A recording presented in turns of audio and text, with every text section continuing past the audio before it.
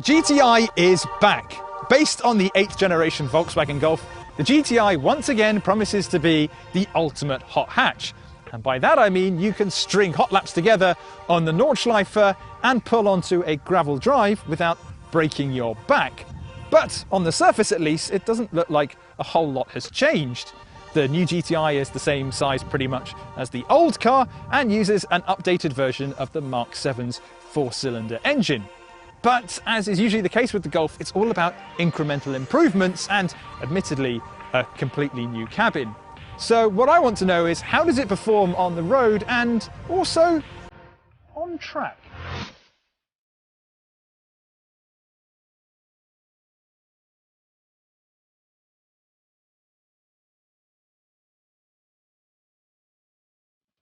I think this new 8th generation version is the most striking looking version of the regular GTI to date. Now that includes a redesigned front bumper that incorporates this honeycomb style grille and also these kind of whiskers at the side. There's also your typical red stripe that runs along the front light bar that echoes back to the original GTI. You've also got a GTI badge just there, just in case you forgot what car you were driving. But you've also got a few changes at the back as well. You've got what seem to be larger exhausts nestled in what I presume to be a faux diffuser. It might not work, but at least it looks nice. And finally, we have the standard 18-inch wheels on here. And to be honest, I think they look a bit dated. I'm not a massive fan of them. However, VW offers 19-inch diamond cut wheels that look much nicer. Open up the boot and you've got 381 litres. Now, if you're a Golf fan, you'll know that that's just 1 litre more than the old car. So it's pretty much identical. It's a decent size. You can fit a lot of stuff in there. But what's quite neat as well is that it's got a false floor. So you can pull it out like so, lower it, and you've got a bit more storage space. And of course, you can fold the rear bench down to open up loads more room. Now, before I get onto the two screens that dominate the dashboard, I'm happy to report that VW has stuck with tradition and fitted the traditional tartan seats. And if you go for the manual gearbox, it also comes with a golf ball-like finish. And aside from the two massive screens, the actual design is pretty minimalist. The dashboard is nice and slim, and there are barely any physical buttons anywhere. The only things that I can actually go and press are here in the center console. Everything else is a touch surface. Everything is controlled through this central touchscreen, and while the main menu is nice and vibrant and it's really sharp, this is one of the clearest displays I've ever seen, some of the sub-menus can be a little bit complicated. Let's say if you go into the vehicle menu, you get a 3D image of the car, and if you want to go and check stuff, you have to go and swipe to different angles of the car. It's all just a little bit convoluted. And another thing is that the lack of physical buttons make it really hard to navigate stuff when you're driving. And for heaven's sake, VW, there's no physical dial for the volume. I've got to press a slider on the dash. So if you're driving along, there's a lot of things that require your attention that isn't the road. What I do like though are the buttons on the steering wheel. Well, they're not actually buttons, they're small little touch surfaces, and they've got haptic feedback, so when you press one of them there's a small little rumble to acknowledge that you've pressed the button. It's really simple to use and feels just like a regular button cluster. In the back of the GTI, and well, for starters, I'm 180 centimeters and there's lots of room still to go. I think I've probably got another 10 or 15 centimeters of headroom still available. Leg room as well is brilliant. The driving seat is in my position and I've got lots of room to go. So if you're 6 foot and over, you should be absolutely fine in the back here. There's not a lot of frills back here, but it doesn't matter. There is an armrest, so if I pull that down, I've got a couple of cup holders to play with. We've got ISOFIX points tucked to the bottom of the seat, and they're behind these retractable covers, so they don't pop out, they're actually fixed, which is really handy so you don't lose them. And last but not least, you've got some climate controls in the back here, which is really decent on this standard model. So we'll kick things off by bringing the Golf GTI to its natural habitat, which is the British B road. Because it can't just be good in a straight line. It's got to have a lovely exploitable chassis and power when you're on a stretch of national speed limit winding B road. So let's talk about what's changed over the previous generation model. Now, while the engine is the same, it's a 2-litre turbocharged 4-cylinder engine, it's been upgraded so it now outputs more power, but also meets the latest WLTP restrictions. So, in standard guise, the GTI outputs 242 brake horsepower, which is of course sent to the front wheels. Now that matches the performance version of the outgoing model. And that may come as a bit of a surprise to you, because you'd think that new generation, it should outshine the older version, but to be brutally honest, that's not what the GTI is about. Had they chucked 300 horsepower through the front wheels on the standard car, I think it would have been a little bit too much for the average GTI buyer. Yes, something like a club sport, a more track-focused version, it works well in. But for just cruising around and then unleashing a bit of performance, 242 seems plenty.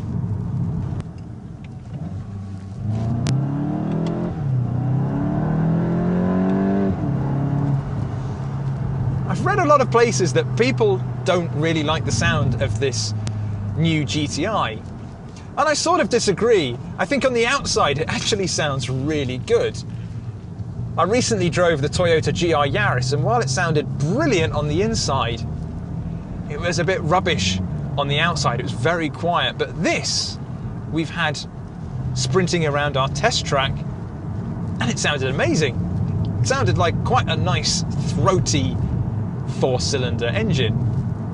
The inside, it's a little bit fake. There's definitely some synthesized sounds coming in here. And it just doesn't sound legitimate. I think VW should just get rid of those, just let the engine breathe. It's quite a nice sounding engine in general. It doesn't need all the electronics to cover it up. Another thing that people have been complaining about is the gearbox, but that's the manual version. You can get a 6-speed manual, or in this version we've got a 7-speed DSG. So I can't talk about the manual. I would always rather a manual over a DSG, because I just think it connects you so much more to the car, and I think it suits something like a Golf GTI. But this DSG is really superb. VW do brilliant DSGs, they have done for years. This is no exception. Really sharp on track. You're always in the gear that you need to be. It's never dim-witted, and it's really easy to spring over to manual controls. The only thing that I find a bit of a letdown though is the cheapness of the paddles. They're so scratchy. And it's something that's kind of surprised me in general with the interior of this new Golf, is it doesn't feel that premium. I would have liked just a little bit more. But that's just the way it is. At least the steering wheel feels nice. It's just the paddles are a bit scratchy, and so are other bits of plastic around the cabin. So alongside this, we're also testing the facelifted Civic Type R. And on a day like today, where the road is really greasy, as soon as you put your foot down, the front tyres spin up and you're on the opposite side of the road. Now, admittedly, it's got 300 horsepower, so it's a lot more powerful than this, but it's still that ultimate hot hatch. Something like this, though, is far more manageable. And I think as an everyday prospect, it's just so much nicer to live with. Because when you are on a B road, a nice twisty road with cambers and maybe a few rough patches, it's just so planted and calm. It feels like you can really exploit the chassis and the power together as a package. It's a lot of fun. I think what we're going to need to do is put it to the test on our test track.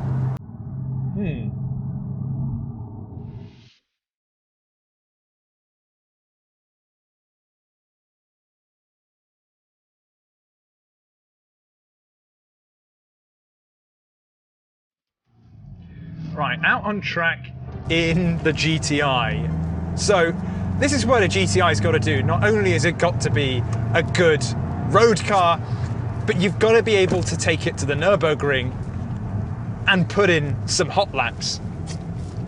And it's got to feel like a performance car as well. It can't just be quick in a straight line. You've got to feel on top of it in the corners. And you really can.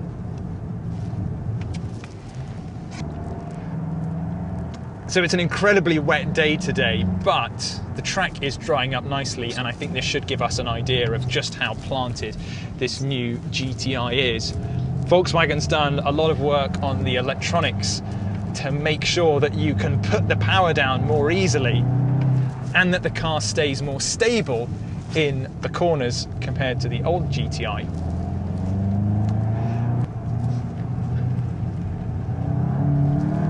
And I think that's what's standing out to me, particularly on this wet track.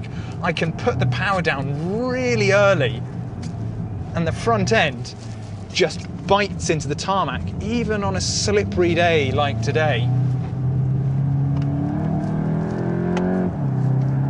You can really put the power down, very little wheel spin from the front.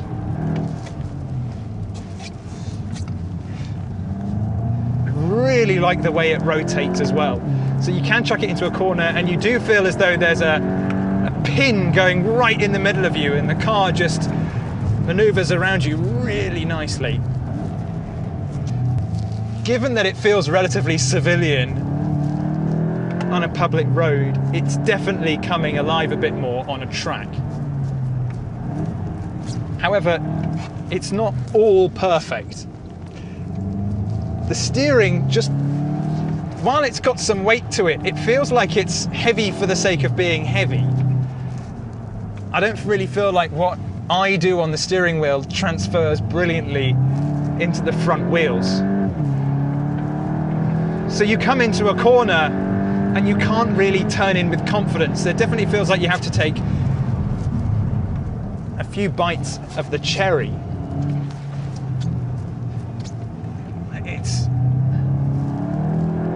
It's not completely vague. I think that there are products out there with extremely light steering where you've got zero idea what the front end's doing. It may react quickly, but it doesn't translate well to the front wheels. But this feels, if anything, a tad spongy. Next up are the brakes, and they're not too bad, but there's a certain feeling of, they've got quite a lot of bite as soon as you punch down on the brake pedal, but anything further than that, and it feels a little bit, they get a little light. And it's not that we're overcooking the brakes at all. It's pretty much as soon as you get on track. It's not exactly confidence inspiring. So when you hit them on them hard, yes, you can get a rotation out of the car, but they just feel a little loose. Whoa. The tail got a bit lively there. But I think I'm being nitpicky. When all is said and done, as an all-round package, the new GTI is really very good. Don't expect it to be thrashing Megane RSs or Civic Type Rs. In fact, we've got a Civic Type R here today and we'll be pitting this against it tomorrow. It doesn't really compare as a track weapon to those, but as an all-round hot hatch, it's really good. It's not particularly exciting, but as a jack of all trades, I don't really think anything comes that close to a Golf GTI.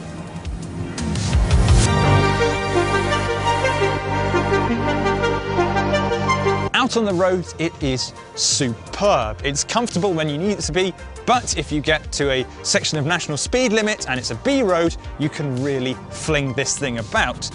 Out on track, it's a little bit of a 50-50. You can really enjoy yourself when you're out there, but you're not going to be setting blistering lap times, and it doesn't have quite as much feel as other hot hatches out there. Now, speaking of the competition, this thing goes for just over £33,000, and that's before you start speccing things up like adaptive dampers, and I would put some nicer wheels on there as well. So, and in that territory, you're looking at Civic Type R, which is far more enjoyable out on track, and the new GR Yaris, which is seriously fast, but you're not really going to get anybody in the back.